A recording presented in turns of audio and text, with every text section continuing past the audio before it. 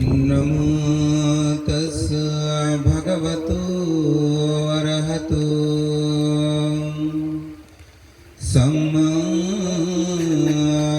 सम्बुद्धस्स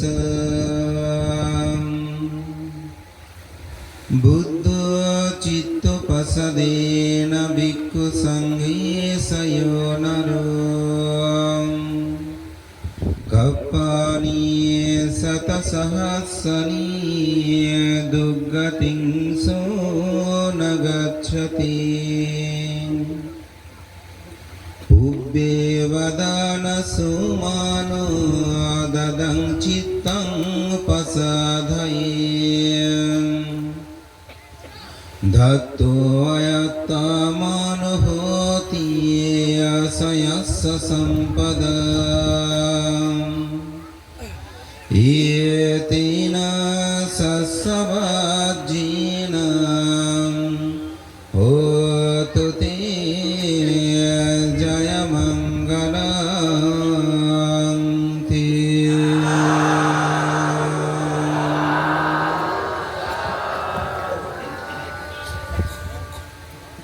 বহু পুণ্য পুরুষের জন্মতীর্থ স্মৃতিধন্য বিনাজুরি, এই বিনাজুরির মধ্যম বিনাজুরি অষ্টবিংশতি বৌদ্ধ পূজা উদযাপন পরিষদ কর্তৃক মহালদার বাড়ি কর্তৃক আয়োজিত আজকের এই মহতি পুণ্যময় অষ্টবিংশতি বৌদ্ধ লাভিশ্রেষ্ঠ অরহত শিবিলাস্তবীর মার বিজয়ী অরহত উপগুপ্তাস্তবীর পূজা সহ অষ্টপরিষ্কার সঙ্গদান সংবর্ধনা ও একক ধর্মদেশনা সভার পরমারাধ্য মাননীয় সভাপতি, বাংলাদেশি থেরোবাদ পুনঃপ্রতিষ্ঠার একমাত্র সংগঠন বাংলাদেশ সংঘরাজ ভিক্ষু মহাসভার সুযোগ্য সহসভাপতি, মধ্যম বিনাজুরি মিলনায়ত আরাম বিহারের সুযোগ্য বিহারাধ্যক্ষ, আমার পরম কল্যাণ মিত্র, পরম শ্রদ্ধেয় সদ্ধর্মবাড়ি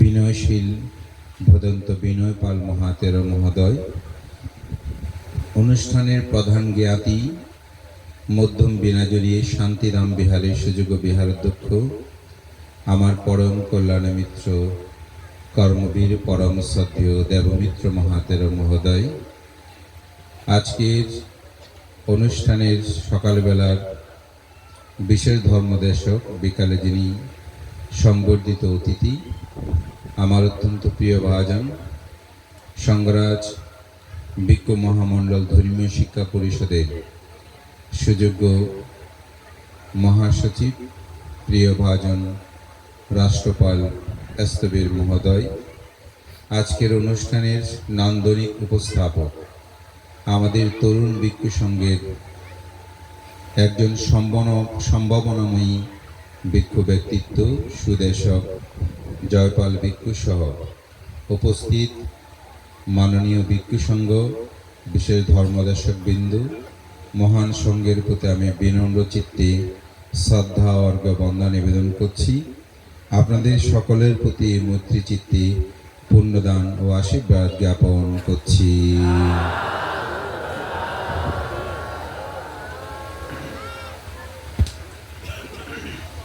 ধর্মপ্রাণ প্রিয় উপাসক উপাসিকা বিন্দু, আমি বিনাজুরিতে অনেকবার আসলেও মধ্যম বিনাজুরিতে আমার আসার বেশি সুযোগ হয় নাই। একবার শান্তিধাম বিহারের শ্রদ্ধেয় দেবমিত্র ভান্তের জন্মদিন উপলক্ষে আমার আসার সৌভাগ্য হয়েছিল। অনেকবার শ্রদ্ধেয় বিনয়পাল ভান্তে এবং দায়ক বিন্দু ভান্তের কঠিন চিবরদানে আহ্বান করলেও অন্যত্রে ফাং থাকার কারণে আসার সৌভাগ্যটা হয়নি। এবার মাহালদর বাড়ির আমাদের তরুণ ছেলেরা, তারা যে অষ্টবিংশতি বৌদ্ধ পুজো উপলক্ষে আমাকে আহ্বান করেছে, আমি অনেকটা আগ্রহ বোধে আমার এখানে আগমন। এই অর্থেই যেহেতু তরুণরা এই কর্মটি সম্পাদন করছে, সেইভাবেই আমার দেশনাটা শুরু করছি। মহাকারণিক তথাগত বুদ্ধ যখন জেতবন বিহারে অবস্থান করছিলেন, তখন প্রায় সময় রাজা প্রসেনজিৎ বুদ্ধের কাছে যেতেন, বুদ্ধের সাথে ধর্ম আলোচনা করতেন, কুশল বিনিময় করতেন। কিন্তু একবার দেখা গেল সপ্তাহকাল পর্যন্ত তিনি আসেন নাই। তো বুদ্ধ সপ্তাহকাল পরেই যখন রাজা প্রসেনজিৎ বুদ্ধের কাছে আসলেন, বন্দনাদি নিবেদন করলেন, তখন বুদ্ধ জিজ্ঞাসা করলেন, হে রাজন, আপনাকে সপ্তাহকাল পর্যন্ত দেখিনি কেন? আপনি কোথায় ছিলেন? তখনই রাজা প্রসেনজিৎ বললেন, মহাকারণিক তথাগত বুদ্ধ, আমাকে ক্ষমা করবেন। আপনি তো জানেন আমার রাজ্যের মধ্যে একজন অপুত্রিক শ্রেষ্ঠী ব্রাহ্মণ আছে। তিনি সপ্তাহকাল পূর্বে মৃত্যুবরণ করেছেন। তার সম্পদগুলো আমি কোষাগারে আনতে খুব বেশি ব্যতব্যস্ত ছিলাম। আপনারা জানেন, কোনো মানুষ যদি মৃত্যুবরণ করে, তার উত্তরাধিকারী না থাকে, ওয়ারিশ না থাকে, তাহলে সেই সম্পদগুলো কোষাগারে, রাষ্ট্রীয় কোষাগারে জমা হয়, তো সরকারি সম্পত্তিতে পরিণত হয়। যেমন আপনি ব্যাংকে টাকা রেখেছেন, যদি নমিনি না থাকে, উত্তরাধিকারী না থাকে, সেই টাকাগুলো সরকারের হয়ে যায়। তো অনুরূপভাবে তার সম্পদগুলো ঠিক আগেকার সময় এরকম ছিল যে সেগুলো রাষ্ট্রীয়, তার রাজার কোষাগারে আনতে বলে যে আমি ব্যতিব্যস্ত ছিলাম। তো বুদ্ধ বলে, ও আচ্ছা তাই। বলছে, তথাগত বুদ্ধ, আমার একটি প্রশ্ন আছে। বলছে, কি প্রশ্ন? আপনি প্রায় সময় ধর্ম দেশনায় বলেন মানুষ দান করলে সম্পদশালী হয়, দান না করলে মানুষ সম্পদশালী হয় না। কিন্তু এই অপুত্রিক সৃষ্টি ব্রাহ্মণ, সে তো আজীবন আমি দেখলাম মৌমাছির মতো শুধু মধু সংগ্রহ করার মতন অর্থ সংগ্রহ করেছে, কখনো কাউকে তিল পরিমাণ সে দান করে নাই কোনো কিছু। কিন্তু সেই মানুষটা কেন এত সম্পদের মালিক হলো? আপনাদের মধ্যে অনেকে এরকম প্রশ্ন করে, ভগবান তো অমুক অনেক টাকা পয়সা, কিন্তু দেখছেন লোকটা কোনো দান ধর্ম করে না, তাহলে সে এত সম্পদের মালিক হলো কিভাবে? তো বুদ্ধ সেখানেই একটি ঘটনা উপস্থাপনা করেছিলেন। তো বুদ্ধ বলছেন, এই অপত্রিক শ্রেষ্ঠ ব্রাহ্মণ অতীত জন্মে সে এক পাচ্ছেকা বুদ্ধকে দান করেছিল। দানটা করেছিল এভাবে, তার বাড়ির সম্মুখ দিয়ে পাচ্ছেকা বুদ্ধ হেঁটে যাচ্ছেন। বুদ্ধ তিন প্রকার আমরা জানি, একটা হচ্ছে সম্যক সম্বুদ্ধ, একটা হচ্ছে পাচ্ছেকা বুদ্ধ, আর একটা হচ্ছে শ্রাবক বুদ্ধ। সম্যক সম্বুদ্ধকে, যিনি চারি অসংখ্য লক্ষাধিক কল্প অথবা অসংখ্য লক্ষাধিক কল্প অথবা 16 অসংখ্য লক্ষাধিক কল্প পারামি সম্ভার পূরণ করে বুদ্ধ হন, এবং তার লব্ধ সেই জ্ঞান প্রজ্ঞা অপরকে তিনি বলতে পারেন, দুঃখ মুক্তির পথ নির্দেশনা তিনি দিতে পারেন, চতুরার্য সত্য আর্যাষ্টাঙ্গিক মার্গ তিনি দেশনা করতে পারেন। তাকে বলা হয় সম্যক সম্বুদ্ধ। এখানে 4, 8, 16 কেন বললাম? বুদ্ধ হতে হলে তিনটি প্রধান বিষয় থাকে। সেটি হচ্ছে কি? একটা হচ্ছে শ্রদ্ধা প্রদান, প্রজ্ঞা প্রদান, বীর্য প্রদান। আমরা যে সাধনাময় জীবন যাপন করে, এই সাধনাময় জীবন যাপনে কিন্তু এই তিনটি জিনিসের প্রয়োজন। অনেক ক্ষেত্রে দেখা যায় কিছু মানুষ আছে খুব শ্রদ্ধান্বিত কিন্তু প্রজ্ঞা কম, আবার কিছু মানুষ আছে শ্রদ্ধাও আছে, প্রজ্ঞা আছে, কিন্তু বীর্য কম, অর্থাৎ দৃঢ়তা কম। আপনি দেখবেন কিছু মানুষ এমনভাবে শ্রদ্ধা নিয়ে অনেক সময় অন্ধশ্রদ্ধায় পড়ে যায়। কিন্তু প্রজ্ঞা দিয়ে সেটা বিচার করে না যে জিনিসটা আসলে কি, কেন এটা এরকম বলেছে। আবার অনেক মানুষ বেশি প্রশ্ন করে, যে কোনো কিছু যেখানে সেখানে শুধুমাত্র প্রশ্ন করবে, এটা এমন হলো কেন, কেমন হলো কেন, কিন্তু মনের মধ্যে কোনো শ্রদ্ধা নেই। এই ধরনের কিছু মানুষ আছে। আর কিছু মানুষের শ্রদ্ধাও আছে, প্রজ্ঞাও আছে, কিন্তু স্থিরতা নাই, দৃঢ়তা নাই, এটা আমি করব, এটা আমি লাভ করব, এরকম থাকে না। তো একজন মানুষকে যদি মার্গ জ্ঞান উপনীত হয়, তাহলে শ্রদ্ধা, প্রজ্ঞা, বীর্য, এই তিনটা কিন্তু ইকুয়াল হতে, অর্থাৎ সমান হতে হয়।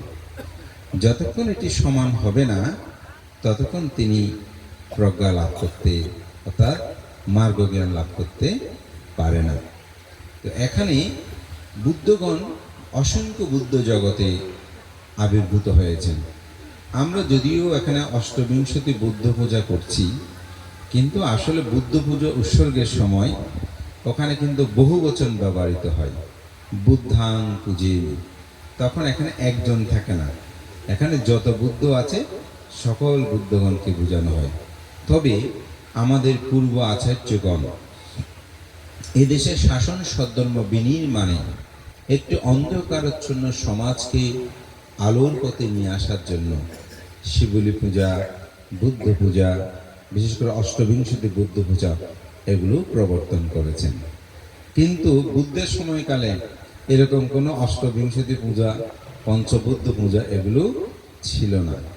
আমাদের সমাজ যখন সত্যিকার অর্থে অন্য ধর্মের সংস্কৃতিগুলো, অন্য ধর্মের কিছু কিছু ধর্মীয় রীতিনীতিগুলো আমাদের মধ্যে ঢুকে পড়ে, তখন আমাদের আচার্যগণ বলছে, তোমরা অমুক পূজা না করে শিবলীকে পূজা করতে পারো, কারণ শিবলীকে পূজা করলে সেখানে তোমরাও লাভিশ্রেষ্ঠ, শিবলীকে পূজা করলে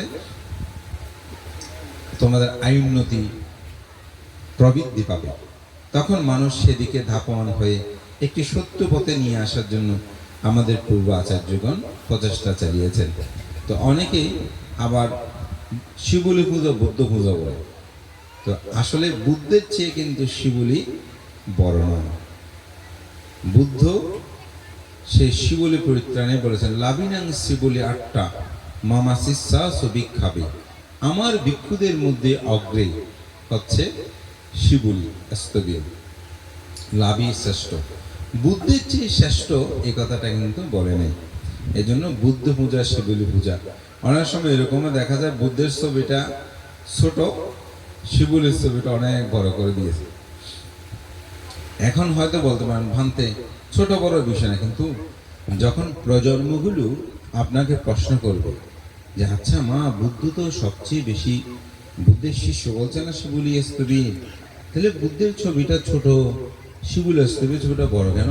তা আপনি কি জবাব দেবেন? আগের মতন ভয় দেখিয়ে কোনো জবাব দেওয়া এখন ছেলেরা মেয়েরা প্রজন্ম সেটা শিখবে। এখন আপনাকে সঠিকটা বলতে হবে। বালিশ নিচে দিয়ে বসলে ফস্ক ওঠে, এই কথা এখন আর বলা যাবে না। আপনাকে মাথায় দিলে, মাথায় দেওয়া জিনিসটা নিচে দিয়ে বসাটা ঠিক নয়, এটাই আপনাকে সঠিকভাবে বলতে হবে। কারণ আপনি একটা শেখালে দ্বিতীয় একটা প্রশ্ন সে করবে।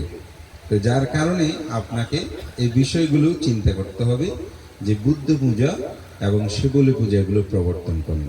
তো পৃথিবীতে অসংখ্য বুদ্ধ এসেছেন, অসংখ্য বুদ্ধ আসবেন। এই জন্য বলা হচ্ছে যে এসা বুদ্ধ অতীতাসা সমুদ্র বালকু বামা দানাং বা আদিং কাত্বা সম্বোধিং সালাবান্তিতে। এখানে বলতেন সমুদ্রের বালিকারাশি সদৃশ্য বুদ্ধ অতীত হয়েছেন। সমগ্র বুদ্ধগণ তারা বুদ্ধত্ব লাভের জন্য সর্বাগ্যে তারা দান পারামি পূর্ণ করেছেন। এই গাথাতে স্পষ্ট হয় অসংখ্য বুদ্ধ অতীত হয়েছে, সুতরাং একজন বুদ্ধ নয়। তো সমগ্র বুদ্ধগণ আবার এখানে তিনটি বিষয়ের যে কোনো একটি প্রধানত্বে তিনি বুদ্ধ হন। সেজন্য বলছি, যিনি প্রজ্ঞা প্রদান, তিনি চারি অসংখ্য লক্ষাধিক কল্প পারামি সম্ভার পূরণ করে বুদ্ধ হয়। যিনি শ্রদ্ধা প্রদান, তিনি অসংখ্য লক্ষাধিক কল্প পারামি সম্ভার পূরণ করে বুদ্ধ হন। যিনি বীর্য প্রধান, তিনি 16 অসংখ্য লক্ষাধিকল্প পানীয় সম্ভার পূরণ করে বুদ্ধ হন। এই হচ্ছে আসলে মূলত বুদ্ধ। পাচ্ছেকা বুদ্ধ তিনি পারামি সম্ভার পূরণ করে বুদ্ধ হন। অনেকটা দুই অসংখ্য, তাদের কোনো নির্দিষ্টতা নেই। পারামি সম্ভার পূরণ করে তারা বুদ্ধ হন। কিন্তু এই বুদ্ধগণ, পাচ্ছেকা বুদ্ধগণ কিন্তু চতুরার্য সত্য, আর্য অষ্টাঙ্গিক মার্গ এগুলো দেশনা করতে পারে না, বলতে পারে না। ওনাদেরকে যদি দান করেন, ওনারা শুধু এটুকু বলবে আবিবা দানা সিলাসা নিঃসংবুদ্ধ পাচাইনি সাত্তারু ধর্ম বাড্ডান্তি আয়ুবান্না সুকম্বান, এর চেয়ে আর বেশি কিছু বলতে পারবে না। আমরা যেভাবে বলতেছি দান করলে পুণ্য হয়, শিল্পায়ন করলে ভালো, এভাবে ভাবনা করেন, ভাবনা করলে মুক্তি লাভ করতে পারবেন, এগুলো একজন পাচ্ছেকা বুদ্ধ বলতে পারেন না। শ্রাবক বুদ্ধ, যিনি সম্যক সম্বুদ্ধ থেকে ধর্ম শ্রবণ করে অনুশীলনের মাধ্যমে যিনি শ্রোতাপত্তি স্থগিতাগামী অনাগামী অরহত্ব মার্গ জ্ঞান লাভ করে, তাকে বলা হয় শ্রাবক বুদ্ধ। যেমন অরহত বা এখন বর্তমানে যারা অরহত হয়েছেন, মার্গ জ্ঞান লাভ করেছেন, তাদেরকে শ্রাবক বুদ্ধ বলা হয়। কিছু কিছু গ্রন্থে আরেকটি বুদ্ধের কথা বলে শ্রোত বুদ্ধ কথা বলে। শ্রোত বুদ্ধটা হচ্ছে যারা ত্রিপিটক শাস্ত্র বিষয়ে অভিজ্ঞ, তাদেরকে শ্রোত বুদ্ধ বলে। তবে এটা মার্গ জ্ঞান লাভী কোনো বুদ্ধ নয়। তো বুদ্ধের মূল ব্যাখ্যাটাই কিন্তু তিন প্রকারের বুদ্ধ। তো এই ব্যক্তিটি কি করেছেন, তার বাড়ির পাশ দিয়ে যখনই এই পাচ্ছেকা বুদ্ধ হেঁটে যাচ্ছেন, হঠাৎ তার মধ্যে একটু শব্দ উৎপন্ন হলো যে এই সন্ন্যাসীকে একটু কিছু দিই, দান করি। তখন সেই বাড়িতে ডাক দিলে বাড়িতে কে আছে, তো একজন কর্মচারী বের হয়েছেন। তো তাকে বলছে যে এই সন্ন্যাসীকে কিছু দান দাও, একটু খাবার দাও। তো সে দ্রুত গিয়ে খাবারগুলো এনে সন্ন্যাসীকে দান দিল। তিনি পেয়ে সেগুলো চলে গেছেন।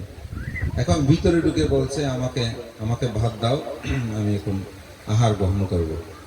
বলছে না, একটু অপেক্ষা করেন, যা ছিল ওগুলো তো ওনাকে দিয়ে দিয়েছি, এখন একটু রান্না করে আপনাকে দিতে হবে। তখন সে বলছে মনে মনে, ইস, কেন দান করলাম, দান না করলেই খুব ভালো হতো। এখন দান করেছি তো আবার নতুন করে চা রান্না করতে হচ্ছে, সময় লাগবে, কেন দান করেছি। এরকম ভাবে তার চিত্ত জগতের মধ্যে চেতনা উৎপন্ন হয়। তো বুদ্ধ বলছেন যে তিনি যেহেতু পাচ্ছেকা বুদ্ধকে দান করেছেন, দানের পুণ্য ফলে সে বহু সম্পদের আজকে মালিক হয়েছে। কিন্তু দান করার পর তার চেতনাটা ভালো ছিল না। সে বলছিস কেন দান করলাম, কি স্বভাব, কি চিত্ত উৎপন্ন হয়ে কৃপণতার চেতনা তার মধ্যে উৎপন্ন হয়েছে, যার কারণে সে বহু সম্পদের মালিক হলেও সে কিন্তু সেগুলো ভোগ করতে পারে নাই, কাউকে কখনো দান করতে পারে নাই। তো বুদ্ধ সেখানে একটি গাথা ভাষণ করেছেন। আমি ধর্মদেশনার শুরুতে দুটি গাথার মধ্যে একটি গাথা, হুব্বি বা দানা সুমান দাদাং চিত্তাং পাসাদায়ে দাত্ত আত্মান হতি ইয়াসয়াস সম্পদা। বুদ্ধ বলছেন যে দান করার পূর্বে মানুষের মনটা সুন্দর থাকা চাই। আপনি যখন দান করবেন তার পূর্বে কি থাকা চাই, একটা সুন্দর মন আপনার মধ্যে থাকতে হবে। দান করার সময় চিত্তের মধ্যে প্রসন্ন থাকা চাই যে আমি যে দানের কর্মটা সম্পাদন করছি, মহান ভিক্ষু সঙ্গকে আমি দান কর্মটা সম্পাদন করছি। চিত্তের মধ্যে কি থাকতে হবে, প্রসন্নতা থাকতে হবে। দান করার পরে ইয়াসায়াস সম্পদা, আমি যে দানটা করেছি এটা খুব ভালো করেছি, খুব ভালো হয়েছে, এরকম চেতনা থাকতে হবে। এই জন্য এটাকে বলছে পূর্ব চেতনা, অপর চেতনা, মুঞ্ছন চেতনা। চেতনাগুলো কিভাবে ভাগ করছে, তো শব্দগুলো আমাদের অনেক সময় মনে থাকবে না, সেই জন্য আমি একটু বলছি। দানটা করার আগে পূর্ব চেতনা, মানে দানটা করার আগে মনটা ভালো থাকা চাই। তো আজকে যারা আয়োজক, তাদের এখানে একটা বক্তব্যে উদ্বোধনী ভাষণে এই কথাটা শুনে আমার দেশনাটা আমি এভাবে শুরু করেছি। সেটা হচ্ছে কি, তারা একটা ব্যাংক, মাটির ব্যাংকে তারা অর্থ জমাতে শুরু করেছে। তাহলে এটা কি কি চেতনা? পূর্ব চেতনা। অর্থাৎ তখন থেকে মনটা তাদের ভালো, যে এটা দিয়ে আমরা বুদ্ধকে পূজা করব, আমরা অষ্টবিংশতি বুদ্ধ পূজা করব। তাহলে এইটা কেমন চেতনা তাদের, এটা কিন্তু এত সাধারণ নয়। তাহলে যখন থেকে এই চেতনা উৎপন্ন হয়েছে, তখন থেকে তাদের পুণ্য কি হয়েছে? প্রবৃত্তি হয়েছে।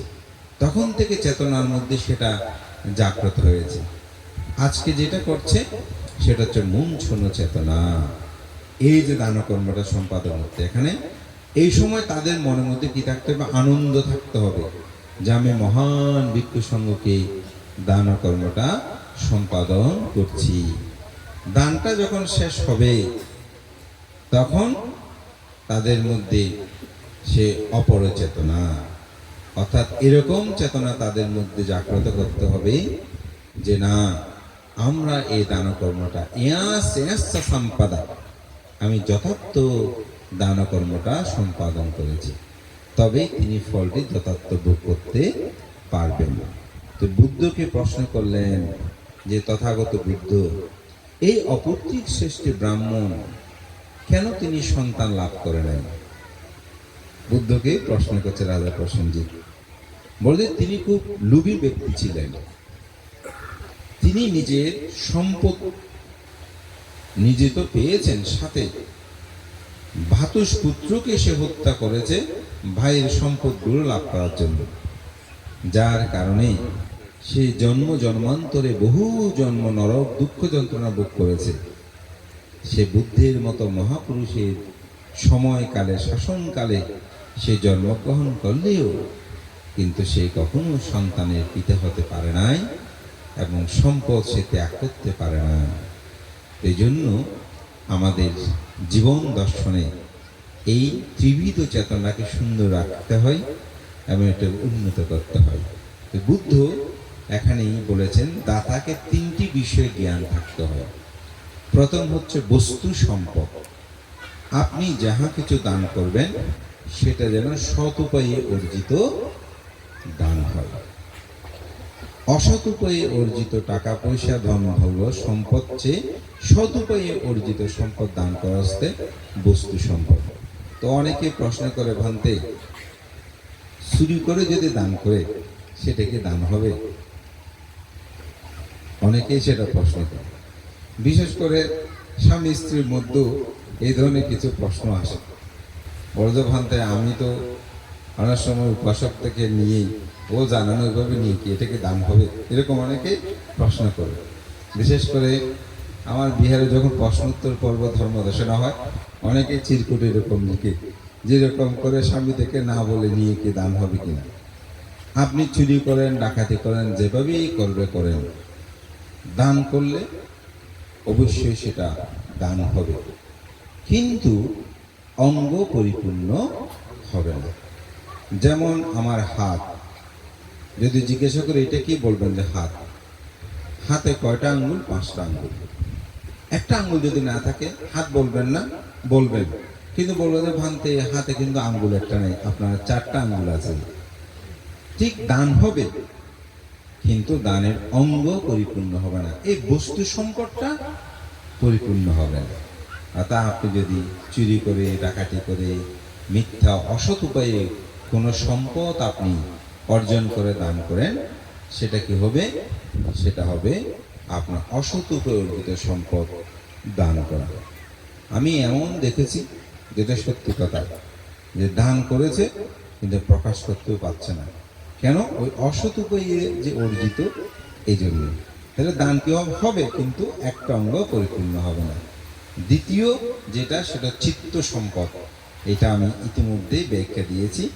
দান দেওয়ার পূর্বে, দান দেওয়ার সময়, দান দেওয়ার পরে মনটা সুন্দর থাকা চাই, প্রসন্ন থাকা চাই, সন্তুষ্টি থাকা চাই। এটাকে বলা হয় যে চিত্ত সম্পদ। প্রতিগ্রাহক সম্পদ। প্রতিগ্রাহক মানে যাকে দান করবেন সেই গ্রহিতা যেন উন্নত হয়, সেই গ্রহিতা যেন উন্নত হয়। আপনি যাকে তাকে দান করলে মনে কষ্ট উৎপন্ন হয়।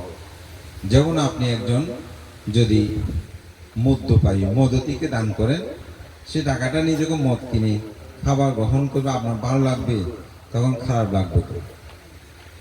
আপনি এখন অকৃতজ্ঞকে দান করেছেন, সে দান গ্রহণ করে কিন্তু আপনার আরো দুর্নাম করে, তাহলে আপনি দান করে কি খুশি হবেন? দান করে খুশি হবে না, মনে আরো দুঃখ উৎপন্ন হবে, কেন তাকে দান করলাম। ঠিক এইভাবে যদি আপনি উত্তম ক্ষেত্রে দান করেন, অর্থাৎ যে ক্ষেত্রে সন্তুষ্টি আছে, যে ক্ষেত্রের মধ্যে প্রাপ্তিতে আপনাকে নির্যাস আশীর্বাদ আপনাকে প্রদান করবে, যিনি শীলবান গুণবান, সে অর্থসমূহ একটি ভালো কাজে সে ব্যয় করবে, তখন আপনার কাছে দান করতে আনন্দ লাগবে না? অবশ্যই কি আনন্দ লাগবে। এই প্রতিগ্রাহক সম্পদটা সহজে উপলব্ধি করা সম্ভব নয়। আমার দেশনে আপনারা তো যেহেতু শুনেন, অনেকে বলছেন, আমি একটা উদাহরণ প্রায় সময় দিই প্রতিগ্রাহক সম্পত্তি। সেটা হচ্ছে আমাদের বাংলাদেশের বুদ্ধদের সর্বোচ্চ ধর্মীয় গুরু মহামান্য সঙ্গরাজ ডক্টর জ্ঞানশ্রী মহাতারা মহোদয়, তখন ভান্তের সঙ্গরাজ ছিলেন না। তা আমার একটা শ্রমণ একবার ভান্তের সাথে তিনি কাপ্তায় যাচ্ছেন। তো কাপ্তায় যাওয়ার সময় আমার শ্রমণটা সে আসলে আরেক জায়গায় থাকতো, ভান্তের সাথে কোনো কারণে বা কোনোভাবে সেদিন সে যাচ্ছে। তো যাওয়ার সময় তখন কাপ্তার বাঁশ যেগুলো আপনার গাছের যেগুলো বাঁশ ছিল, বাঁশের মধ্যে উঠেছে, ভান্তেও বসেছে। যেখানে একটা ভিকের উঠে আমাদের ভান্তে সবার কাছে হাত পাচ্ছে ভিক্ষা দেওয়ার জন্য। তা আমাদের শ্রমণ কি করেছে, একটা টাকা বের করে ওই ভিখারিকে দিয়েছে। তো ভান্তে ভেবে দেখছে, কিছু বলে নাই। তো কিছুদিন যাওয়া হয় বলতেছে, শ্রমণ তুমি যে ভিখারিকে একটা টাকা দিয়েছো সেটা পূর্ণ হয়েছে, কিন্তু টাকাটা যদি তুমি আমাকে দিতে তাহলে তোমার আরো বেশি পূর্ণ হতো। এখন আমার শ্রবণ তো ভান্তের উপর খুব কুপিত হয়ে গেল।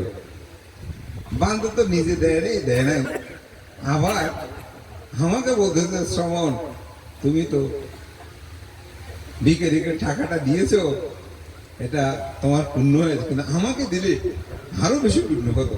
অত ভান্তে কিরকম মানুষ, হ্যাঁ, নিজে দেয়, আমি ছোট মানুষ, আমার থেকে বের করে দিলাম।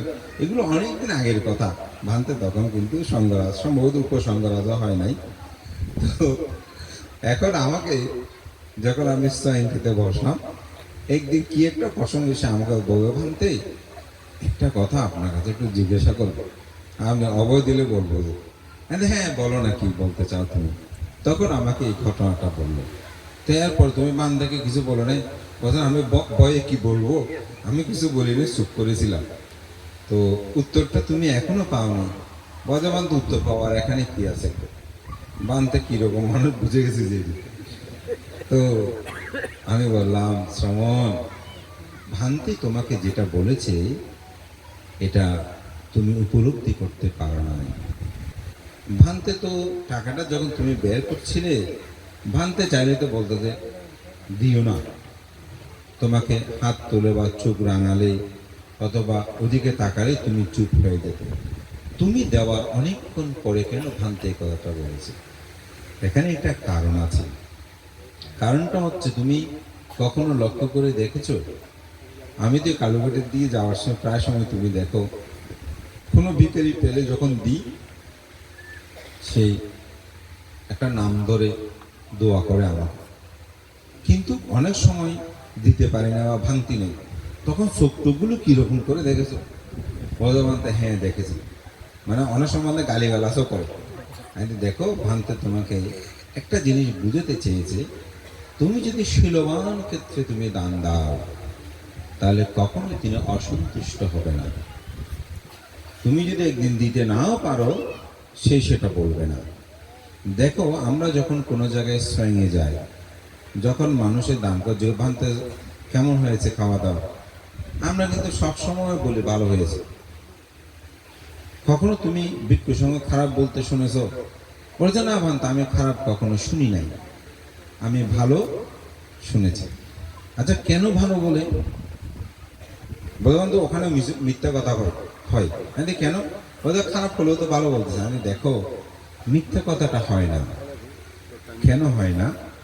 কারণ যিনি ভিক্ষু সংঘকে দানটি করছে, তিনি অতীব শ্রদ্ধায় দানকর্মরা সম্পাদন করছে।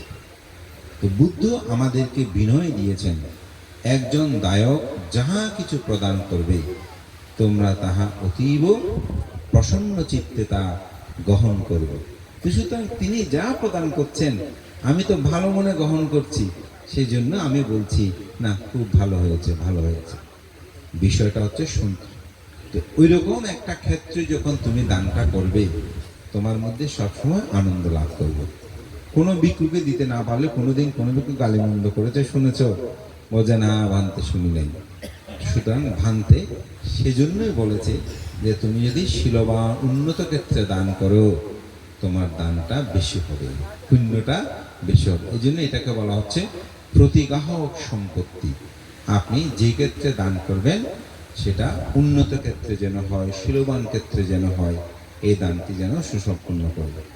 যেমন আমাদের মহামান্য সংগ্রাজবান থেকে আপনারা অনেক দান করেছেন না? 100 বছর ওনার জীবন। তাহলে এই দানটি করে আপনাদের আনন্দ লাগে কেমন করে? জেনে আনন্দ না কেমনি মাথা নেড়ে আনন্দ বলছেন? আমি কিন্তু জেনে আনন্দ। কেন ভান্তে?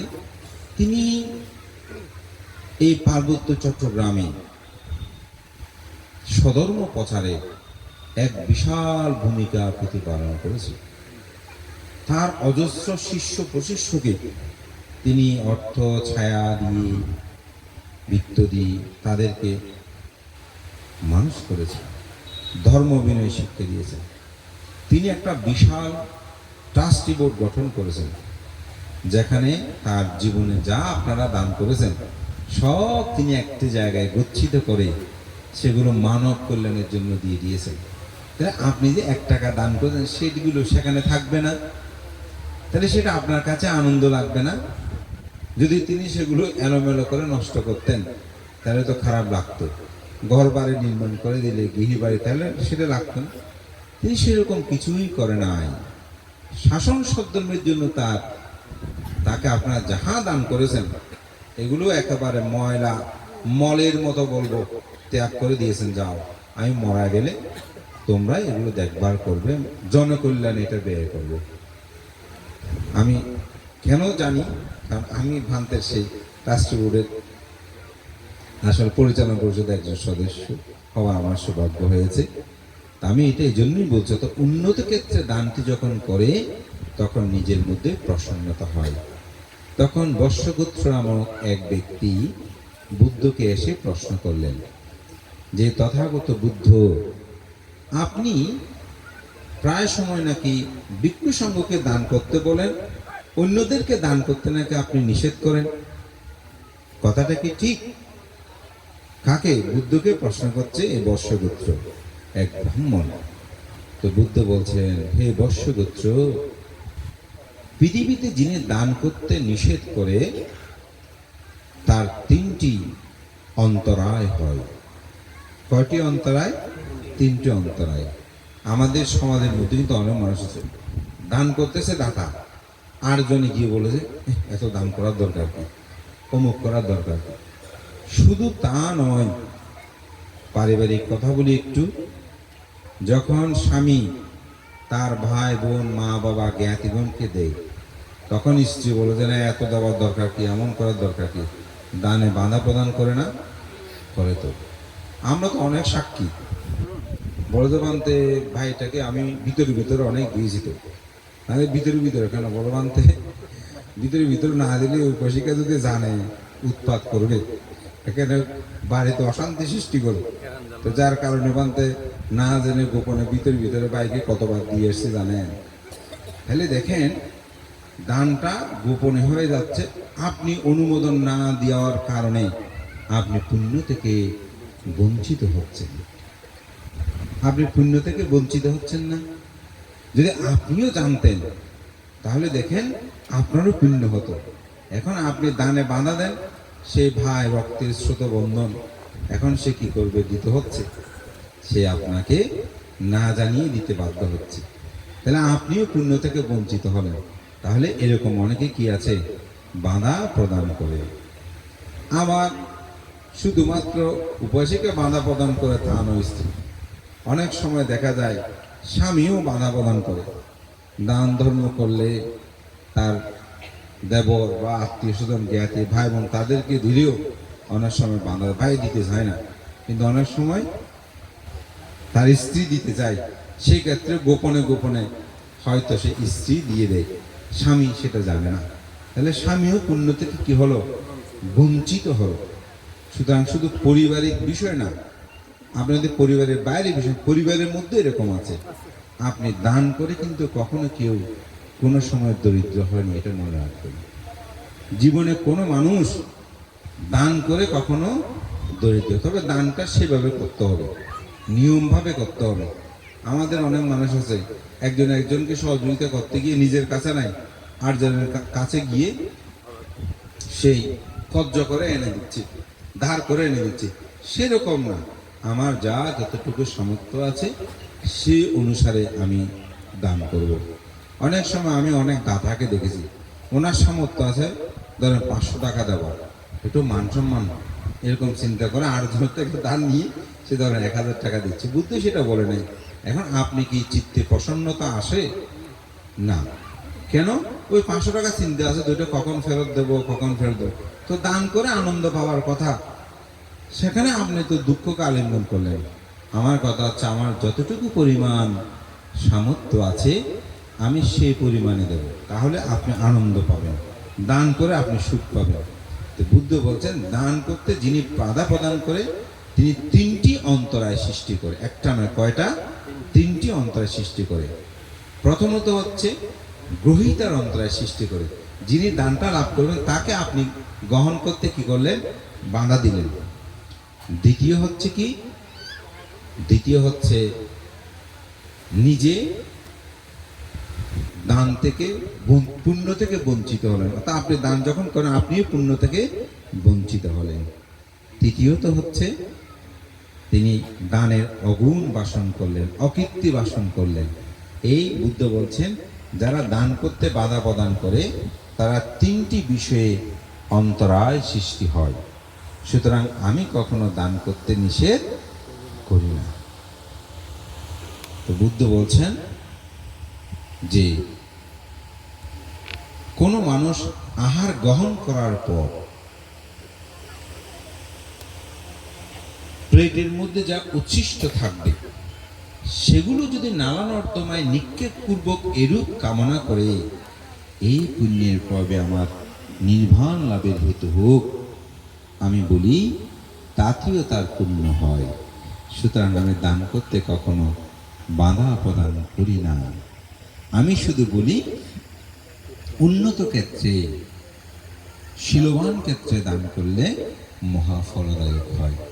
তা আমি মনে করি আজকে এই মহতি পুণ্যময় অনুষ্ঠানে যারা উদযাপনী পরিষদ অষ্টবিংশতি বুদ্ধ পূজা, তারা একটি মহৎ দানময় কর্ম সম্পাদন করছেন। সে দানময় সম্পাদনে প্রথমে বলছে অষ্টবিংশতি বুদ্ধ পূজা। আমি ইতিমধ্যে বলেছি, আমরা যদিও 28 বুদ্ধকে স্মরণ করছি, তার কারণটা হচ্ছে মহাকারণিক তথাগত বুদ্ধ, তিনি বুদ্ধ হওয়ার জন্য যখন থেকে সংকল্পবদ্ধ হয়ে যেসব বুদ্ধগণের সাথে তার সাক্ষাৎ হয়েছিল, সে বুদ্ধগণের জীবনী মাত্র বুদ্ধ বংশের মধ্যে সেখানে তিনি বর্ণনা করেছেন। তৎমধ্যে আবার 4 জন বুদ্ধের জীবনী আমরা পাই না। তো এই কারণেই আমি বলেছি, এই সমাজ সধর্মকে বিনির্মাণ করার জন্য, এটিকে থেরবাদ আদর্শ দ্বারায় নিয়ে আসার জন্য অষ্টবিংশতি বুদ্ধ পূজাটা প্রচলিত হয়। তো পূজা কয় প্রকার? পূজা হচ্ছে 2 প্রকার। একটা হচ্ছে আমিষ পূজা, আর একটা হচ্ছে নিরামিষ পূজা। আমিষ পূজা কি? পৃথিবীতে যত দানীয় বস্তু আছে, দ্রব্য বস্তু আছে, বা যদি বলে পদার্থ আছে, যাহা কিছু আপনি দান করবেন এটিকে বলা হয় আমিষ পূজা। যেমন অষ্টবহিষ্কার, সঙ্গদান, কঠিন চিবর দান, এই যে বিহার দান, ফলমূল দান, খাদ্যদ্রব্য দান, রাস্তাঘাট দান, এগুলো যত ধরনের দান আছে এটাকে বলা হয় আমিষ দান। বুদ্ধ এই আমিষ দানেরও প্রশংসা করেছেন। আরেকটি দান আছে, সেটা হচ্ছে নিরামিষ দান। নিরামিষ দানটা কি? তো নিরামিষ দানটা হচ্ছে, একটা উদাহরণ দিয়ে বলি। এক উপাসিকা বয়স্ক আমার কাছে এসে বলছে, ভান্তে কি ভাবনা করব, ভাবনা করতে গিয়ে ভান্তে অনেক ক্ষতি হয়ে গেছে। কি ক্ষতি? বলছে, ভান্তে আমি তো সকাল সন্ধ্যা বন্দনা করে, আপনি জানেন, হ্যাঁ, এখন ওখানে ভাবনা করতে গিয়ে বুদ্ধের সামনে একটা কাপড় টেনে দিল, ওই যে বুদ্ধ প্রতিবিম্বর সামনে। বুদ্ধ রুমে ঢুকতে দেয় না, বন্দনা করতে দেয় না। এখন বলে যে ভাবনা করলে বন্দনা হয়ে যায়। ভান্তে এটা কি হয়েছে? আমি তো ভাবনা টাবনা বোধহয় কিছু হয়নি, আমি প্রায় সময় শুধু এটা নিয়ে জব করেছি, চিন্তা করেছি, এখানে কোন ভাবনা করতে আসলাম, বুদ্ধকে বন্দনা করতে দেয় না। তবে ভান্তে রাত্রে মাঝে মধ্যে উঠে চুরি করে বুদ্ধ রুমে ঢুকে আমি এমনি বন্দনা করে নিয়েছি, সেদিন একটু শান্তি পেলাম। আজকে এখানে এসে আপনার এখানে বন্দনা করে এই এতক্ষণে শান্তি পেয়েছি। বানতে ঠিক মতো বন্দনা করতে দেয়নি, কি ভাবনা এগুলো? এখন তো স্বাভাবিক, যিনি আজীবন বুদ্ধকে বন্দনা করেছে, এখন সে মানুষ যখন এক সপ্তাহ বন্দনা করতে পারেনি নিজে মন খুলে, স্বাভাবিক তার মন। তা আমি বললাম, উপাসিকা, যখন আপনি ধ্যান করবেন তখন বুদ্ধ পূজা হয়ে যায়, বুদ্ধ বন্দনা হয়ে যাবে। এটা হচ্ছে আসলে নিরামিষ পূজা। আপনি যখন শীল পালন করবেন, যেমন আপনি প্রাণী হত্যা করেন না, আপনি বুদ্ধকে পূজা করছেন না। আপনি চুরি করছেন না, আপনি বুদ্ধকে পূজা করছেন। আপনি বেবিচার করছেন না, আপনি বুদ্ধকে পূজা করছেন। আপনি মিথ্যা কথা, ভেদ কথা, কর্কশ কথা বলছেন না, আপনি বুদ্ধকে পূজা করছেন। আপনি সুরামদ, নেশাদ্রব্য পান করেন না, আপনি বুদ্ধকে পূজা করছেন। একটা উদাহরণ বলি, অষ্টশীল যেদিন নেন আপনারা, আচ্ছা, অষ্টশীল গ্রহণ করে যখন বাড়িতে আসেন, কেউ যদি পথ দিয়ে যাওয়ার সময় গায়ে পড়ে আপনার সাথে ঝগড়া করতে চায়, আপনি কি করেন? বলছে, আজকে অষ্টশীল নিয়েছে, ছেড়ে দিলাম, অষ্টশীল ছাড়ি তারপর হবে। তাইলে তাহলে সেদিন কোনো ধরনের কি একদম ঝগড়া বিভেদ আপনি লিপ্ত নয়। এটাই হচ্ছে বুদ্ধ পূজা। এটা হচ্ছে কি বুদ্ধ কোন পূজা? নিরামিষ পূজা। এটাই হচ্ছে নিরামিষ পূজা। তো বুদ্ধ দুই পূজাকে প্রশংসা করেছেন, তবে নিরামিষ পূজাকে সর্বোত্তম পূজা বলে বুদ্ধ বলেছেন। কারণ একটা উদাহরণ দিয়ে বলি, বুদ্ধ যখন পরিনির্বাণ শয্যায় শায়িত হয়েছেন, তখন আনন্দকে বলছে, আনন্দ, তুমি কি দেখতে পাচ্ছ তথাগত বুদ্ধকে পূজা করতে করতে এখানে স্তূপে পরিণত হলো? হ্যাঁ, স্বর্গ থেকে মন্দন পুষ্প বৃষ্টি পড়ছে। স্বর্গে যে ফুলটা, এটাকে মন্দন পুষ্প বলে। হ্যাঁ, তথাগত বুদ্ধ তা দেখতে পাচ্ছি। তুমি কি মনে করো তথাগত বুদ্ধকে যথার্থ পূজা হচ্ছে? আনন্দ নিচ্ছু। বুদ্ধ বললেন, ইয়োগ আনন্দা ভিক্ষু ভিক্ষুণী উপাসিকা উপাসিকা ধম্মানুধম্ম পাটিপাটি বিহারতি সা মাটিপাটিপন্ন অনুধম্মচারী সুতাতাগতং সাক্কারোতি মানতি পূজতি পারমায়া পূজয়া। হে আনন্দ, যে ভিক্ষু ভিক্ষুণী, যে উপাসক উপাসিকা বুদ্ধের ধর্ম অনুধর্ম যথাযথভাবে প্রতিপালন করে, আচরণ করে, আমি বলি তিনি তথাগত বুদ্ধকে যথার্থ পূজা করে, সম্মান করে, গৌরব করে, প্রত্যুত্থান করে। তাহলে বুদ্ধ পূজাটা কোন? অর্থাৎ আপনি যখন শীল পালন করেন, ভাবনা করেন, তখনই আসলে মূলত বুদ্ধ পূজা হয়ে যায়।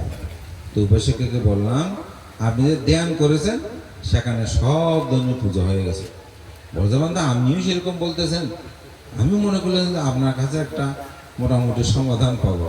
আমি দেখুন, সমাধান আমি কোথায় দেখে দেব? সমাধান তো বুদ্ধ দিয়েছেন। বুদ্ধ বলেছেন যে কোনো মানুষ যদি এই পৃথিবী পরিমাণও দান করে, তথাপি তিনি যদি তুরিত পরিমাণ সময় ভাবনা করে, তুরিত মানে কি 2 আঙ্গুলের ছাপ, ওই সমগ্র দান চেয়েও শ্রেষ্ঠ দান হয়।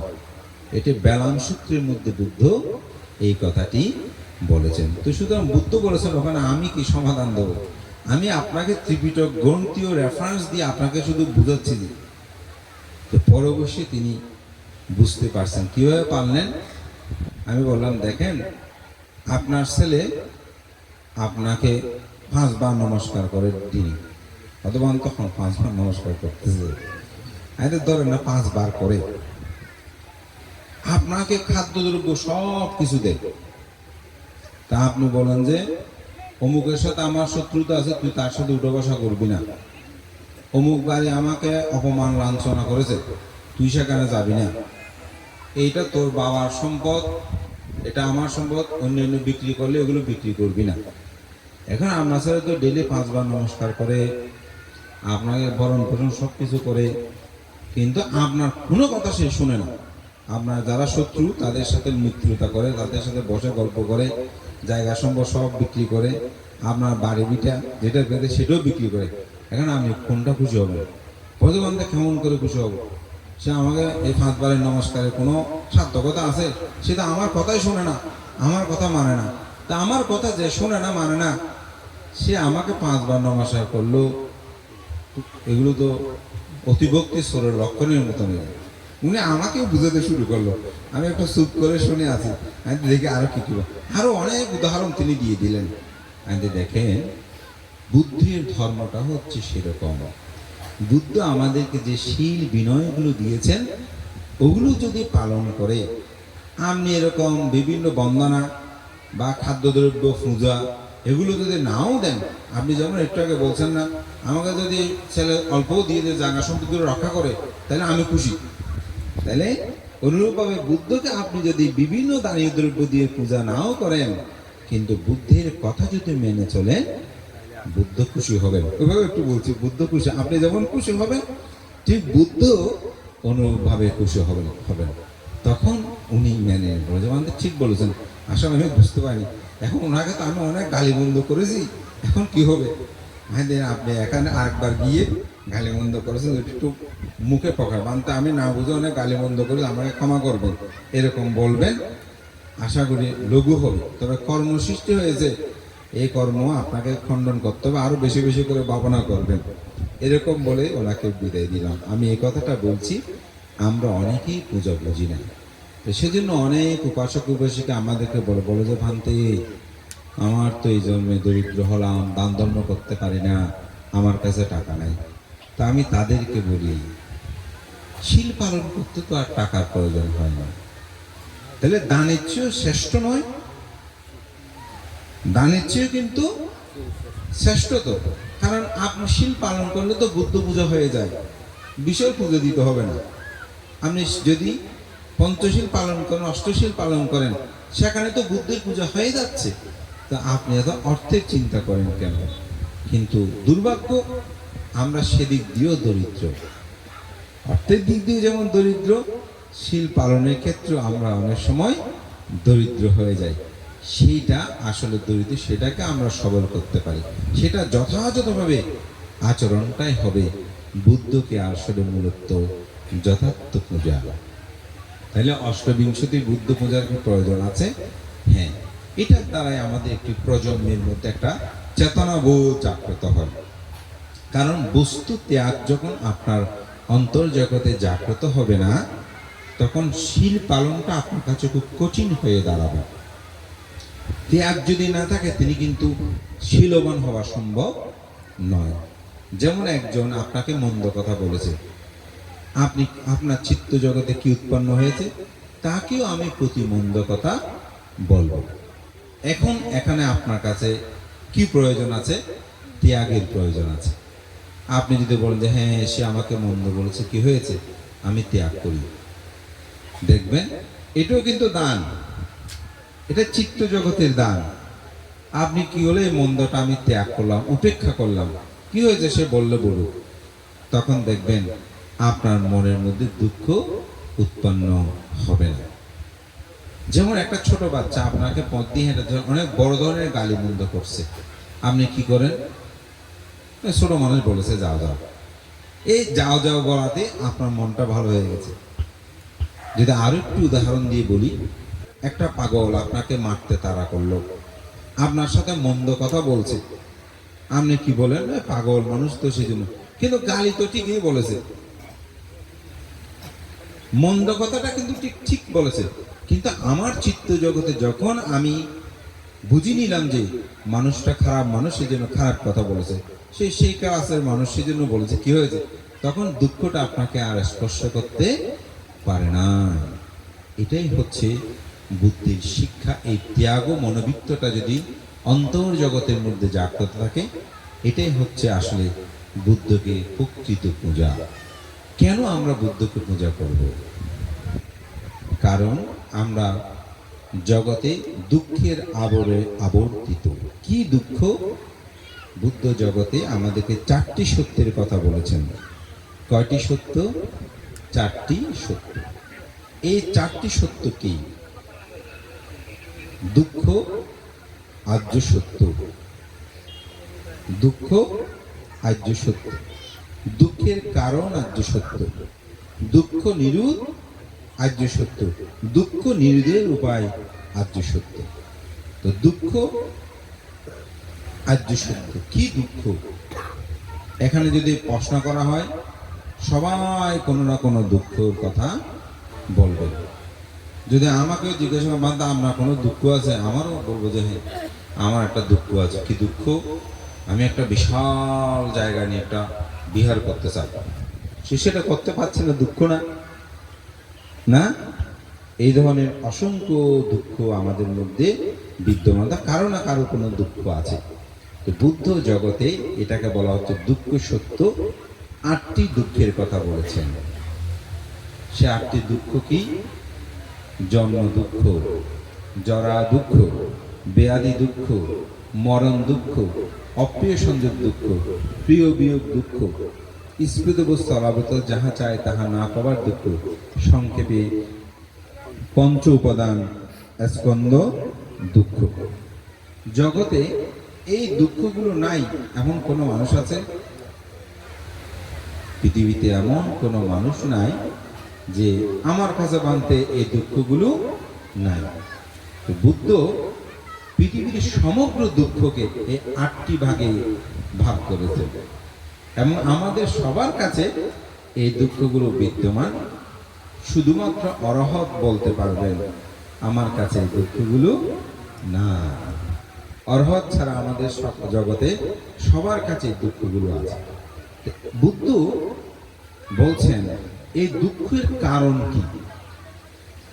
এই দুঃখের কারণ হচ্ছে তৃষ্ণা। আমাদের এই দুঃখের মূল কারণটা হচ্ছে কি? তৃষ্ণা।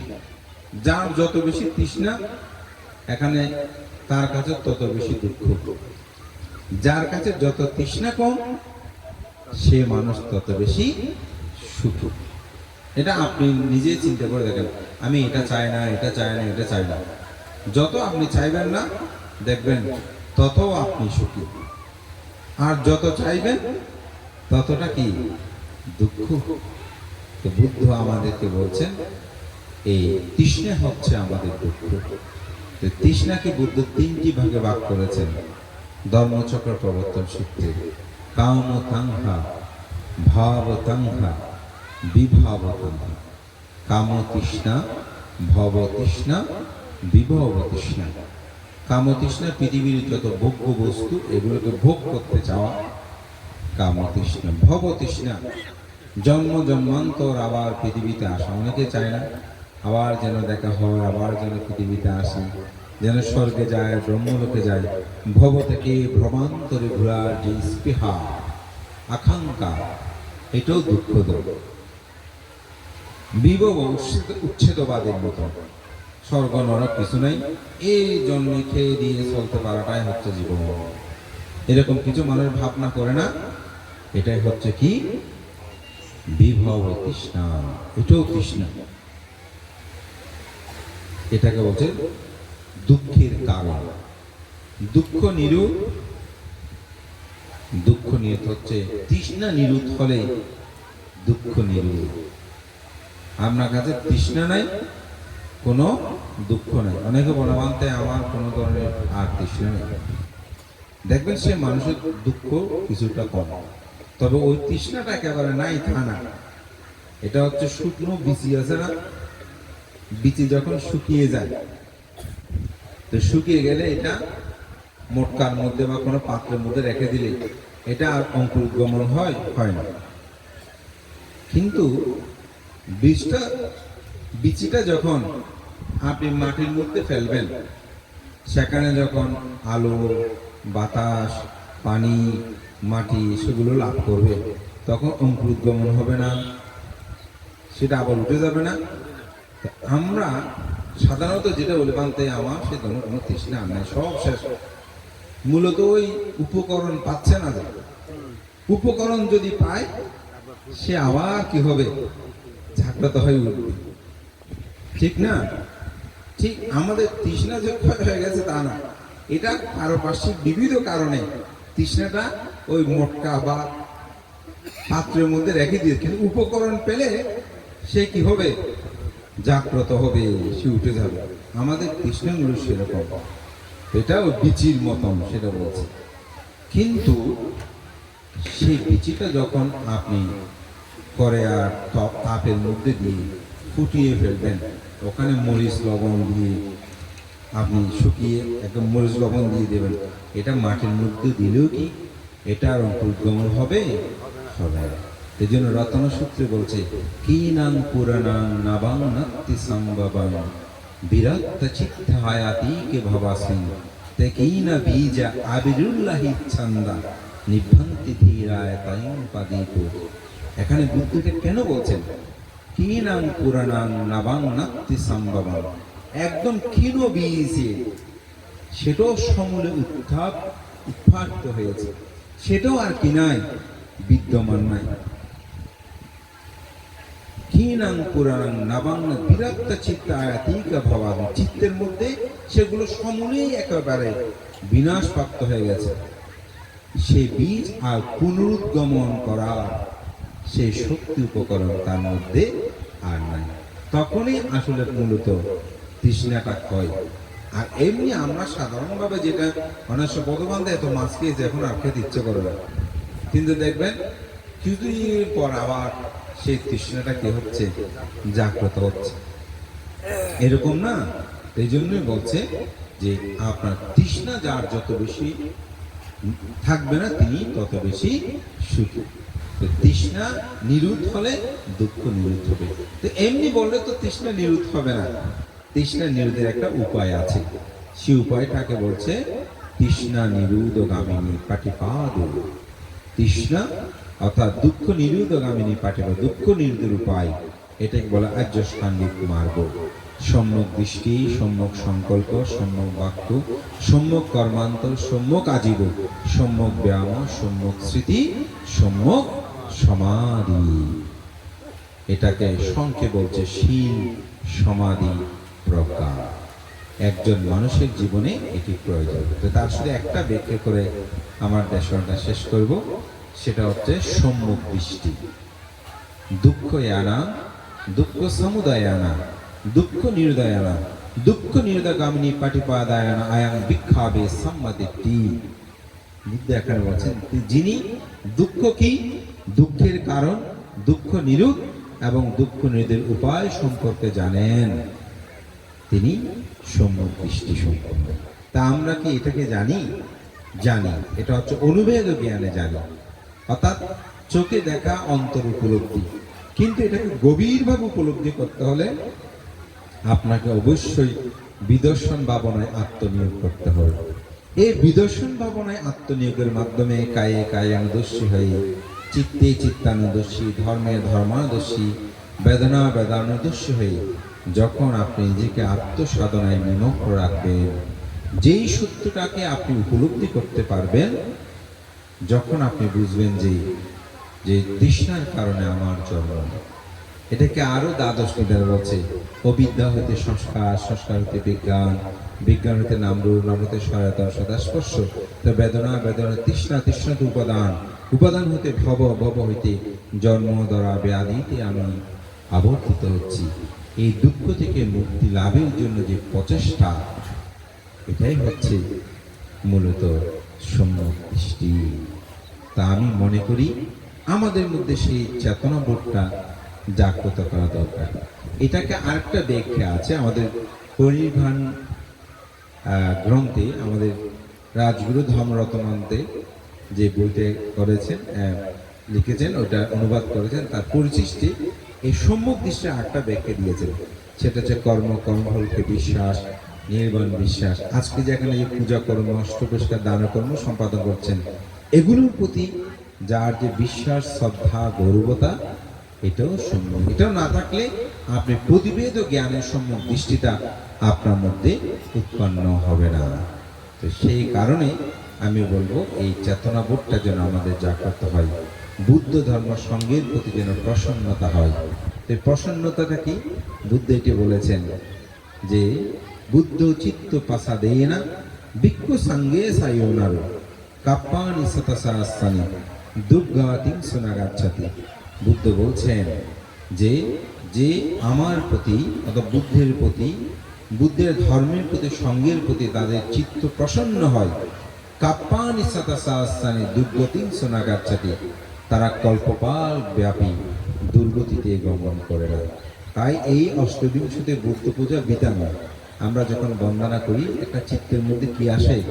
প্রসন্নতা উৎপন্ন হয় বুদ্ধের প্রতি, ধর্মের প্রতি, সঙ্গের প্রতি। আমি মনে করি সেই অন্তর্জগতে প্রসন্নতা আয়ন করল। তো চিত্ত দিয়ে শুরু করেছিলাম, চিত্ত দিয়ে আমার দেশনাটা শেষ করছি। এইভাবেই লাভী শ্রেষ্ঠ শিবলী পূজা আপনারা অবশ্যই এখানে সম্পাদন করছেন।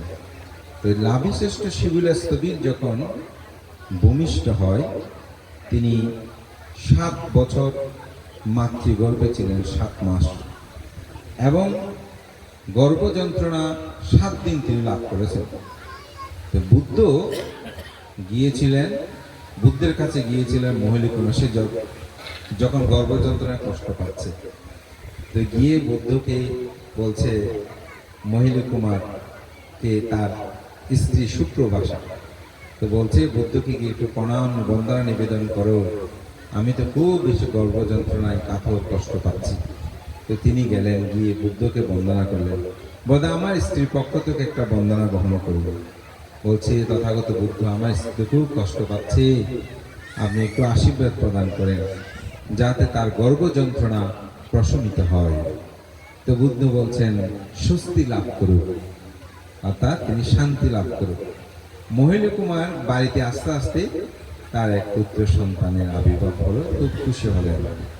স্ত্রী বলছে আমি যেহেতু সন্তান, আপনি পিতা হয়েছেন, আমি মা হয়েছি, তো সুতরাং আপনি গিয়ে আগামীকাল থেকে বুদ্ধ প্রমুখ ভিক্ষু সংঘকে 7 দিন পর্যন্ত দানকর্ম সম্পাদন করার জন্য ফান করে আসেন। তো গেল, গিয়ে বুদ্ধকে আবার বন্দনা করবো, আমি পুত্র সন্তানের পিতা হয়েছি। তা আমার স্ত্রী প্রার্থনা করেছে আগামীকাল থেকে আপনাকে সহ আপনার ভিক্ষু সংঘদেরকে 7 দিন পর্যন্ত আমি দানকর্ম সম্পাদন করব। তখন বুদ্ধ বললেন আমি তো আপনার ফান গ্রহণ করতে পারবো না, আমার অন্যত্র একটা ফান আছে, সেখানে সেটা মহামগ্নেশ্বরীর দায়ক। তা আপনি যদি গিয়ে মহামগ্নেশ্বরীকে বুঝিয়ে বলতে পারেন, তিনি যদি এটা কোনো কারণে পরিবর্তন করেন, তাহলে আমি নিতে পারব। তখন তিনি মোহিনী কুমার তিনি মহামগ্নেশ্বরীর কাছে গেলেন, তাকে বললেন বান্তে, আপনি তো শুনেছেন আমি সন্তানের পিতা হয়েছি, আমার স্ত্রী অতি আগ্রহ করে তিনি ইচ্ছা পোষণ করছেন আগামীকাল থেকে বুদ্ধ প্রমুখ ভিক্ষু সংঘকে দানকর্ম সম্পাদন করবেন, কিন্তু এখন আপনার দায়কের একটা ফাং আছে, এখন সে ফাংটা যদি আপনি একটু পরিবর্তন করেন তাহলে বুদ্ধ আমার ফাংটা গ্রহণ করবে। ও যে ঠিক আছে, আমি একটু আমার দায়কের সাথে কথা বলি। তো সে দায়কের কাছে গেল, গিয়ে তাকে বলছেন, আপনি তো শুনেছেন যে আমাদের রাজ্যে শ্রেষ্ঠী মহিলা কুমারের সে সন্তান, এক পুণ্যবান সন্তানের আবির্ভাব হয়েছে। এখন সে দানাদি কুশল কর্ম সম্পাদনে তার পরিবার আগামীকাল থেকে। কিন্তু আমি তো আপনার ফান্ড গ্রহণ করেছি, এখন আপনার ফান্ডটা একটা 7 দিন পরে করে দেন, তাহলে আমি দানকর্মটা ওনার ফান্ডটা নিতে পারি। বলতে বান্ধে ঠিক আছে, আমি 7 দিন পরে নেব, তবে আমার 3টি শর্ত আছে। কয়টি শর্ত? 3টি শর্ত আছে। তবে 3টি শর্ত কি? প্রথম শর্ত, মানুষ তো মরণশীল, যে কোনো সময় মানুষ মরে যেতে পারে। তা আমি যদি এই 7 দিনের মধ্যে মরে যাই, তাহলে আমি তো আর দানকর্ম সম্পাদন করতে পারবো না। সুতরাং আমার জীবন আপনাকে রক্ষা করতে হবে। দ্বিতীয়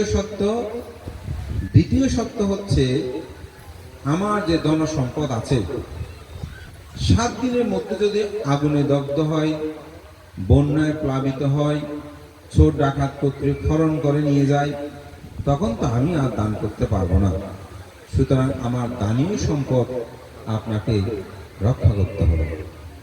তৃতীয় সত্য, আমার মনের মধ্যে এখন দান করার চেতনা উৎপন্ন হয়েছে, কিন্তু 7 দিন পরে যদি দান করতে মন না চায়, তখন তো আর দান করতে পারবো না।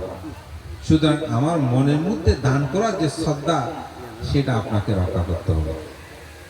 তো অনন্ত সে জ্ঞানের আধার মহামগ্নস্তবীর তিনি দিব্য দৃষ্টিতে পর্যবেক্ষণ করে বললেন, হে দাতা, আমি আপনার 2টি সত্য রক্ষা করতে পারবো, 1টি সত্য রক্ষা করতে পারবো না।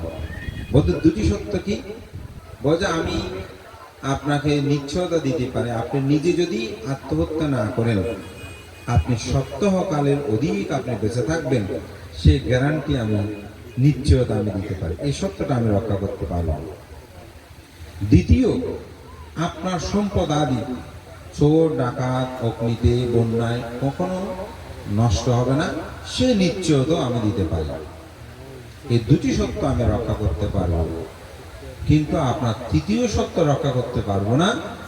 আপনার অন্তর জগৎ যে শ্রদ্ধা উৎপন্ন হয়েছে, সেটা 7 দিন পরে কি হবে, এটা রক্ষা করার মতন ক্ষমতা আমার নাই। তখন সেই দাতা বলল, ভান্তে, আপনি যদি গহিত হয়ে 2টি সত্য রক্ষা করতে পারেন, তাহলে আমি দাতা হয়ে কেন 1টি সত্য রক্ষা করতে পারবো না? ভান্তে, ঠিক আছে, আমি 7 দিন পরে আমার দানকর্ম সম্পাদন করব। তখন 7 দিন পরে তার দানকর্ম সম্পাদন করবে ফান গ্রহণ করলেন এবং তথাগত বুদ্ধ প্রমুখ ও ভিক্ষু সংঘ তৎপর দিবস থেকে 7 দিন পর্যন্ত দানাদি কর্ম গ্রহণ করার পর শেষের দিন বুদ্ধ শিবুলি স্তবী ওই ছেলের শিবুলি কুমারকে বলছে, তুমি কি প্রব্রজ্য নেবে? বলে যে হ্যাঁ, আমি প্রব্রজ্য নেব। তখন সারিপুত্রকে বলছে, সারিপুত্র, এই সমনকে প্রব্রজ্য দাও। 7 দিন হলেও 7 বছর বয়সে দেহ অবয়ব কিন্তু 7 দিনের মধ্যে বড় হয়েছে। তো যখনই তাকে প্রব্রজ্য দেওয়ার জন্য আমরা মাথায় খুর দিয়ে কেসা লোমা নাকা দান্তা তাসও বলি না, অসুচি ভাবনা। এই অসুচি ভাবনা করার করতে গিয়ে এই কেসা যখন বলেছে, তখন শ্রোতাপত্তি লোমা নাকা ধান্তা তাসও বলতেই সে অরহত্ত মার্গ জ্ঞান লাভ করল। এই শিবুল স্তবের অতীতের মহাপুণ্য ফল। আবার মাতৃগর্ভে কেন এতদিন ছিল, কষ্ট পেয়েছে, অতীতে সে রাজ্যটাকে বন্দি করে রেখেছিল মায়ের পরামর্শ অনুক্রমে, যার কারণে মাতা পুত্র দুজনেই কর্মফল ভোগ করেছে। তা আমার শেষান্তে কথা হলো, পৃথিবীতে অর্থ বৃত্ত দেহ এগুলো যে কোনো কেউ রক্ষা করতে পারলেও আপনার অন্তর জগতের মধ্যে কি আছে, এটা অরহতের পক্ষেও এই চিত্তকে রক্ষা করা সম্ভব নয়। এই চিত্ত আমাদেরকে রক্ষা করতে হবে, এটাই আমাদের নিয়ন্তা। চিত্তই হচ্ছে আমাদের প্রধান। সবার অন্তর্জগতে সেই চিত্তকে শানিত করুন, সেই চিত্তকে সংযত করুন, দেখবেন বাক্য সংযত হবে, কায়ও সংযত হবে, তখনই প্রকৃত বুদ্ধ পূজা হবে। সেই নিরামিষ পূজায় যেন আমাদের জীবনকে আলোকিত করতে পারি। পরিশেষে আজকে অষ্টবিংশতি বুদ্ধ পুজো উদযাপনের পরিষদের সকল তরুণদেরকে আমি আশীর্বাদ জানাই। এখানে একজন বক্তব্য বলেছেন যে তারা খেলাধুলা ও মৌসুমকের আয়োজন না করে তারা যেরকম একটা ধর্মসভার আয়োজন করলো, পূর্ণ সভার আয়োজন করলো, সবাইকে এখানে একটি চিত্ত প্রসন্ন হওয়ার মতো একটা সময় তারা সূচনা করলো এবং গতকাল এখানে বুদ্ধির গুণকীর্তন প্রসারিত হলো। আমি মনে করি এটা আমাদের সকলকে উৎসাহিত করাটা একান্ত দায়িত্ব এবং কর্তব্য। তো সুতরাং আমি মনে করি এই গ্রামবাসী আপনাদের তাদেরকে সর্বোত্তম সহযোগিতা দিয়েছেন, এটি অত্যন্ত আনন্দের, আমি মনে করি প্রসন্নতার গৌরবে। আমাদের প্রজন্মদেরকে এইভাবেই সামনে তাদেরকে এগিয়ে নিয়ে আসতে হবে। পরিশেষান্তে আমার প্রিয় ভাজন রাষ্ট্রপাল এবং জয়পাল তারা বারংবার আমার সাথে যোগাযোগ যেখানে ভান্তে উপস্থিত হবেন। তা আমি উপস্থিত হতে পেরে খুব আনন্দ অনুভব করছি, খুব প্রীত অনুভব করছি এবং বিশেষ করে যেভাবে শ্রদ্ধা সম্মান ডোরে আগু বাড়িয়ে নিয়ে ভিক্ষু সঙ্গের প্রতি গৌরব শ্রদ্ধা প্রদর্শন, আমি মনে করি এটি ইতিহাস ঐতিহ্যে সমৃদ্ধ একটি গ্রাম, যেখানে বহু পুণ্য পুরুষের সাধন পীঠ, বহু পুণ্য পুরুষের জন্মস্থান। সে আদর্শ চেতনাগুলিকে আপনারা ধারণ করে প্রজন্মদেরকে সামনের দিকে নিয়ে যাবেন এই করতে ব্যক্ত করি। মা বাবা যারা আছেন আপনাদের সবার প্রতি আহ্বান থাকবে, ছেলে মেয়েদেরকে সকাল সন্ধ্যা দুবেলা বন্দনা করবেন, আপনারও বন্দনা করবেন। বন্ধের সুযোগ পেলে একটু ধ্যান ভাবনার জন্য 10 দিনের জন্য একটা কোর্সে হলেও আপনারা তাদেরকে শিক্ষা দেবেন। বয়বৃদ্ধ হলে ধর্ম করবে সেটা নয়। আমি মনে করি যদি তাদেরকে ছোটবেলা থেকে আমরা শিক্ষাগুলো দিতে পারি তাহলে তাদের ব্যক্তিগত জীবনে ধর্মের প্রয়োগগুলো ঘটাতে পারবে। তাদের তরুণ বয়সে তাদের মধ্যে সুইসাইড করা, আত্মহত্যার এই প্রবণতাগুলো থাকবে না। তারা বুঝতে পারবে ধর্ম কাকে বলে, ধর্মের উপলব্ধিটা কি। আমি মনে করি ছোটবেলা থেকে সেই শিক্ষাটা দেবেন। শুধু তাদেরকে বন্দনা করতে বলবেন তা না, আপনারাও করবেন, তাহলে তারা সেটা করতে আগ্রহ বোধ করবে। সেই বিষয়টা আপনি নিজে তাদের সামনে মিথ্যা কথা বলবেন কিন্তু তাদের কাছে সত্য চাইবেন, সেটা হবে না। আপনি যখন সত্য বলবেন তখন দেখবেন সে আর কখনো মিথ্যা বলতে পারবে না। আপনি যখন ভালো ব্যবহার করবেন তখন কিন্তু সে খারাপ ব্যবহার কখনো করবে না। আপনি আপনার স্ত্রীর সাথে কীরকম ব্যবহার করছেন, আপনি আপনার স্বামীর সাথে কীভাবে ব্যবহার করছেন, আপনি আপনার চাচা জ্যাঠা বড়জন বয়োজ্যেষ্ঠের সাথে কীরকম ব্যবহার করছেন, সেটা কিন্তু আপনার ছেলে আপনার সন্তান সেটা অবলোকন করছে। আপনি যখন ভালো সব ব্যবহার করবেন তখন কিন্তু সবাই সেও ভালো ব্যবহার করবে। আপনি যদি তাকে বেয়াদবি শিক্ষা দেন, তোমার কাকার সাথে এরকম করে ব্যবহার করো, জায়গা নিয়ে মধ্যে তুমি লাঠি নিয়ে দাও, একদিন লাঠিটা আপনাকেও বলবে।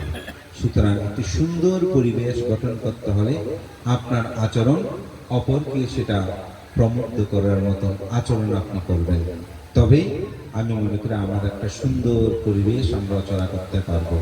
আমরা সমগ্র পৃথিবীটাকে ঠিক করতে পারবো আমি সেটা বলবো না, তবে আমি যদি নিজে ঠিক হই দেখবেন আস্তে আস্তে সমগ্র পৃথিবীটা ঠিক হবে। একটা সংবিধানে গিয়েছিলাম, লেখা আছে বাড়ির পিছনে সামনে শব্দ ধূমপান মুক্ত এলাকা। আমি অবাক করলাম যে মানুষের নিজেদের বাড়িতে কিনা ধূমপান মুক্ত এলাকা লেখা আছে, তারপর নেশাদ্রব্য মুক্ত এলাকা। তো আমি ওকে জিজ্ঞাসা করলাম কি ব্যাপার, রজভান্তে আমাদের এই পরিবারের মধ্যে ওখানে 3-4 পরিবার আছে, আমাদের মধ্যে আমাদের পরিবারে কেউ ধূমপান নেশাদ্রব্য পান করতে পারে না। তো সেই জন্য অনেক সময় টয়লেটে যাওয়ার সময় অনেকে কি করে যে ধূমপান করে বাইরে থেকে আসে, ওই জন্য লিখে দিয়েছি যে এখানে ধূমপান মুক্ত এলাকা। বাড়ির পিছনে দিয়েছে সেই জন্য আমি জিজ্ঞাসা করতে, অর্থাৎ একটি সুন্দর পরিবেশটাকে দেখেন কিভাবে সাজিয়ে। আমরা বাইরে যেমন নিজেদের পরিবেশটাকে আমরা সুন্দর করতে পারি, এগুলো ধর্মের বাইরে নয়। আমাদের ব্রত কর্মে ভিক্ষুদের আছে সকাল সন্ধ্যা পরিষ্কার পরিচ্ছন্ন করা, দেখবেন উঠানে গেলে বড় বান্তারা পর্যন্ত এখনো ঝাড়ু নিয়ে পরিষ্কার পরিচ্ছন্ন করে, এটা কিন্তু ব্রত কর্ম। আমাদের মাতৃজাতিরও এখনো সন্ধ্যা হলে উঠান ঝাড়ু দেয়, ঘর ঝাড়ু দেয়, এগুলো ব্রত কর্ম। এই জন্য বাত্তিং না পারি পুরাতি, শীলে না পারি সূর্যাতি। ব্রত পূর্ণ না হলে শীল পরিপূর্ণ হয় না। কাউকে বয়োজ্যেষ্ঠ দেখলে ছেলে আমাদের সংস্কৃতি পায়ে ধরে নমস্কার করো, একটু পায়ে ধরে আপনার নমস্কার করাবেন, এই শিক্ষাগুলো দেবেন। ভদ্রতা, নম্রতা, সুন্দর ব্যবহার করবেন।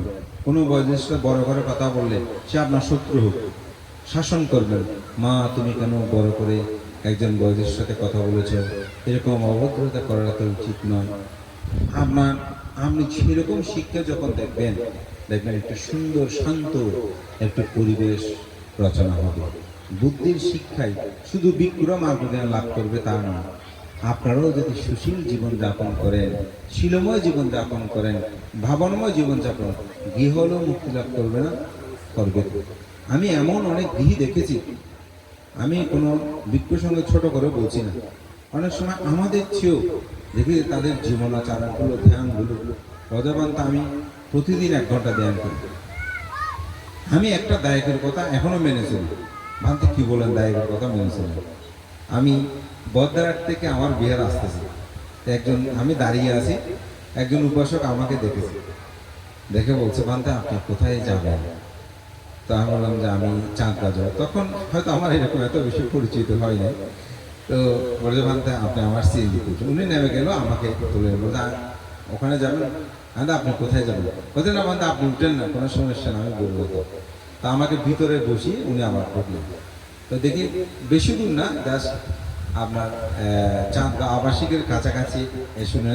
তো না আমার ভান্তে আপনি কোথায় থাকেন? আমি বলতে আমি চাঁদগাঁও থাকি। তো ভান্তে আমি একটা কথা বলি, আমি তার সাথে বলবো, বলতে ভান্তে আপনি ধ্যান করেন? আমি বললাম চেষ্টা করি। তো বলে যে ভান্তে আমার একটা নিবেদন, আপনি প্রতিদিন ভোরবেলা 1 ঘন্টা হলেও ধ্যান করবেন, 5 মিনিট হলেও ধ্যান করবেন, দেখবেন এই 5 মিনিট করলেও আপনার অনেক। তা আসলে আমরা এতই ব্যস্ত হয়ে পড়ি, কালকের জীবনাচরণ বলে আপনার অবাক করবেন, কোথায় থেকে কোথায় গেছে, কোথায় আসছে, যেটা সত্যি কথা। তো সুযোগটা পাওয়া হয়, কিন্তু এই উপাসকের কথাটা আমি রক্ষা করে চলার চেষ্টা এখনো প্রতীয়মান। এটা আজ থেকে প্রায় 20 বছর আগের ঘটনা হবে। তাহলে 20 বছর যদি আপনি প্রতিদিন ভোরে আধা ঘন্টা করে হিসেব করেন, 5 মিনিট করে হিসেব করেন, কতটা সময় আমার চিত্তকে সংযত করার জন্য আমি চেষ্টা করেছি, আমি মনে করি উপাসকের কথাটা আমি শুনি।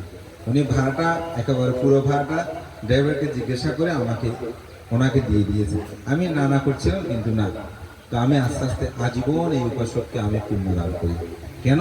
তিনি আমাকে একটি সঠিক, এরকম অনেকে অনেক কথা বলে নেই তা না, বলেছে, কিন্তু এই কথাটা আমার রেখাপাত করেছে। আমি সেজন্য বলছি, আপনারা প্রতিদিন ভোর উঠে 5 মিনিট হলে ধ্যান করবেন, ছেলে মেয়েদেরকে সেই শিক্ষাগুলো। এরকম না করলে এই ধর্মটাকে রক্ষা করা যাবে না। মহান সঙ্গকে বন্দনা। আবারও আয়োজকদের প্রতি অসীম অসীম কৃতজ্ঞতা জানাই।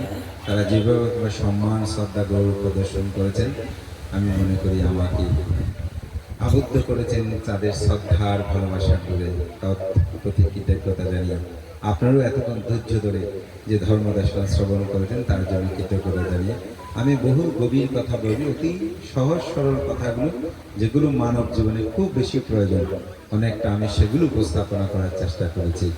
আশা করি আমার সহজবোধ্য কথাগুলো আপনাদের জ্ঞান ও গভীরতা দিয়ে সেগুলো উপলব্ধি করে নেবেন।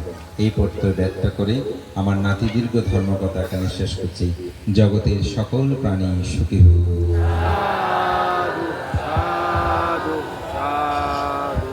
সাধু সাধু।